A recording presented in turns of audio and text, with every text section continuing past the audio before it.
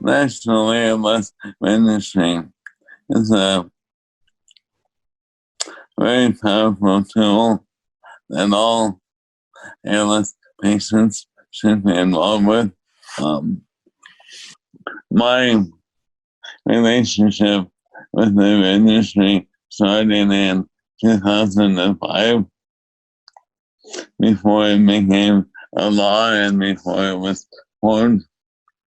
I traveled to Washington, D.C.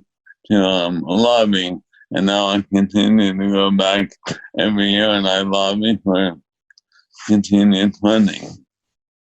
But if you are like me, you want to know what you can do.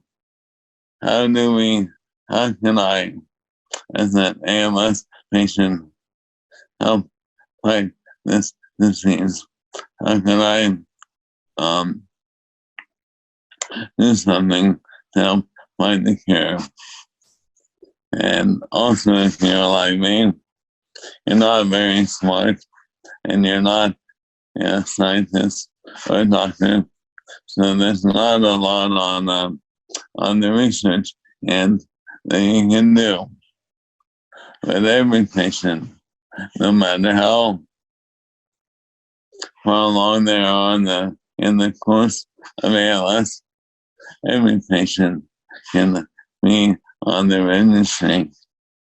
And yeah, it's become a valuable tool in helping scientists discover what causes ALS, how we can better treat it, and eventually find the cure.